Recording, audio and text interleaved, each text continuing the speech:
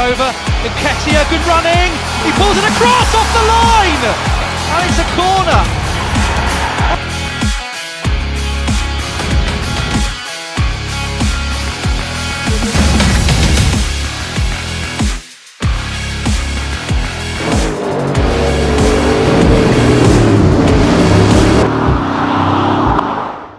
Alright guys, welcome back. Still the best of the best show. You can always subscribe on YouTube at Best of the Best Show if you want to get anything about sports and football in general. So guys, let's continue with what we've been talking about. Now this time around, let's talk about the new signings. Let's start off with Man City, Farouk. So they lost Gundogan, they lost Riyad Mahrez, and these have been guys who have been very influential in the setup of Pep Guardiola. Now they replaced them with Matthew Kovacic, and I think Opama is the one who seems to be something similar to Riyad Mahrez. Yeah. Now the addition, do you think it would tweak anything in Pep's style of play or tactical formation? Well, I don't think so, because you know Pep for the life of me. You know, he's a man that believes so much in his own system. He's more of plug and play. You know, if you leave his team, does not show even that it won't show. Let Messi exit his team. He has that confidence in his team that he has set that team up to play in a certain way, and I feel that that's one thing about Pep Guardiola. You know, he plays against you, he's always going to be the favourite. And for Riyad Mahrez, yes, fantastic servant for City. Fantastic player, any time. His control is second to none in the Premier League. He's a guy that has given his all at Leicester City as well as Man City. But I still feel that every player is replaceable, especially if that coach is Pep Guardiola. He might, be at that club and he might begin to say who's going to, replace that player. But I feel that at City, they have a system which they play, and whoever is not playing. There was a time that Kevin De Bruyne was not playing well at last season. It was not missed at all. Gundogan came on, was balling week in, week out, and Haaland didn't even score in the last 4 games in the Champions League, and they still went on to win the Champions League. It shows that no matter how good you are under Pep, someone is always capable of replacing you. So, would have said that John Stone would play in the midfield last season, and he did that quite well. So rate Kovacic's signing over 10. I can't rate him based on preseason, but I know who you know. But I feel that it will come in and do that exact job that Pep wants you to do. It's not about how good you are; it's about what he wants you to do, and always get that into your head, and you deliver that on a daily basis. Oh, nice one. So Dave, let me come to you. As a Man United fan, we've been talking for a while, and you made mention of some signings, Onana, Rasmond, what's his name again? Holland, and I think who is the last person? Missing Mount. So now, this is it. Arsenal, Man United signed a striker who only had 9 goals last season. And you told me you guys were going to go far. So do you think these guys will make a very, very obvious change to this United setup? As you said about Rasmus Højlund scoring 9 goals in 32 games, I think Højlund is a bit overlooked because people don't really, a lot of fans haven't really gone deep into what Højlund is all about. I think it's only United fans who really know, because it wasn't even. But why is he always deep? Even your keeper, you say nah ball playing keeper. I don't mind that one. Now you're saying deep playing striker again. Højlund wasn't Atlanta's star man. He has always been Zapata and Muriel. Yeah. Højlund even I'm pretty sure Højlund started up to 15 I think games. Lookman is from. He played in Atalanta as well. Okay. So Højlund even started that many games, and when you're playing for a team like Atalanta aren't a team that really created that many chances. I looked at Højlund's stats compared to Osimhen and Harry Kane. Yeah. He's the way Osimhen and Harry Kane are taking their chances is not too far from the way Rasmus Højlund has been taking his own chances as well. And a lot of people are also forgetting that he's still quite very young as well. He's 20. I don't really think that. I think that's some £3 million price tag. I think was way over him, and that isn't his fault.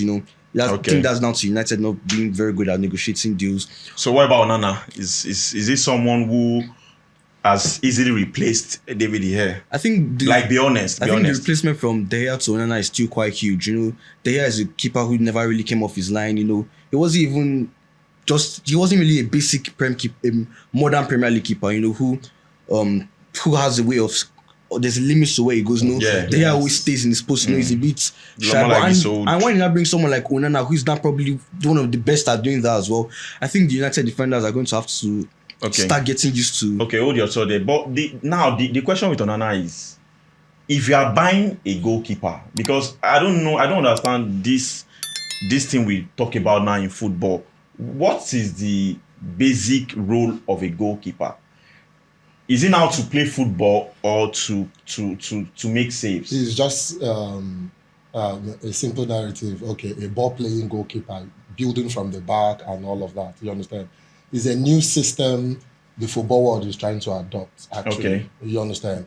But like you rightly stated, the basic job of a goalkeeper is to prevent goals.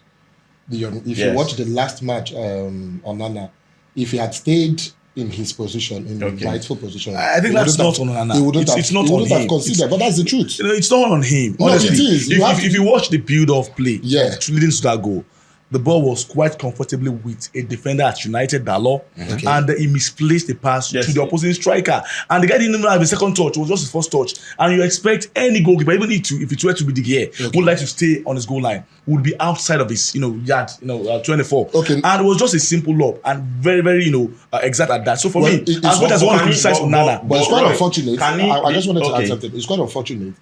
Onana was way away from his position, like far above the 16-yard box.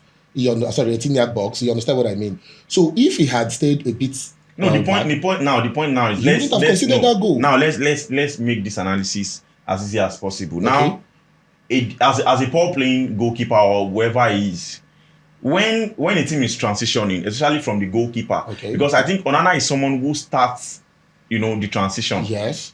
I think the position he found himself was a position where they know that they are comfortable with the ball. Yes. So are you saying that as a goalkeeper, since you know that you are the ball is starting from you, must you now still be around your box? Because you might receive pass from any of these defenders. Okay. So my point now is that, are you faulting Onana or faulting the person who lost that ball, that is in Dalot? No, most definitely. Dalot has the greater share of the blame. Okay. All right? But I also believe if you switch it, if it's David De Gea, I can bet you freely that he wouldn't have considered that goal. David De Gea has always saved Man U. But he makes saves and of course. You cannot, when you look at the stats, you cannot compare Onana and David De Gea as regards their save ratio and all of that. No, David De Gea is way better. But I feel one of the reasons why Onana was brought in, he has worked with Ten Hag in Ajax. They have this understanding. They've been together for a while. Exactly, and all of that. And that for me, that I feel that's just one of the reasons why. Regardless, I'm not very comfortable with Onana, but the truth has to be said. De Gea has been a fantastic goalkeeper for United, one of the best that has done a good job in the Premier League. Unfortunately, the contract dragged on, and it was just, an imperative that the coach would replace him with someone he's more comfortable with. You know that the style of football has changed. Everybody in the Premier League would want to start from the goalkeeper, and goalkeeper at this modern day act as the 12th man in a team once they're with the ball. Yes, he saves the goal. But at the same time, you want your goalkeeper to also start your attack. And that was what Onana was brought in to come and do. Yes, he would save goal. But you have that advantage. That's one thing City has over every other team, as well as Arsenal. They can create assists from the goalkeeper. They can always do things comfortably with the goalkeeper. And that's an extra man in the field of play. Well, talking about extra man in the field of play, I think Arsenal as well, they've brought in an extra man in the midfield in Declan Rice for a record fee of about £100 million. Wow, that's a lot. So they brought in Declan Rice, they brought in Kai Havertz, who again, Timber. I think Timber came from Ajax, Havertz came in from Chelsea, Declan Rice came in from West Ham. So Farouk, I want you to be honest now. Arsenal's reason for not winning last season's Premier League was the fact that they don't have enough squad depth to play against Man City. Now they have Declan Rice, they have Kai Havertz. Do you think this is the season? Like I said in the intro, the last time they lifted that trophy was 20 years ago. Do you think Arsenal now, they have a chance to go at it this time around? Obviously, honestly, because if you have done what they did last season, you will give them a very good chance of winning the Premier League. And the reason I'm saying this is that, unlike in the past, when you see the naivety in Arsenal, they're a bit of play, they're not too confident playing against the bigger side in the Premier League. Is not there. The strength is not there. They have overcome all of those issues right about now. The only thing I feel is deluding from Arsenal is their experience.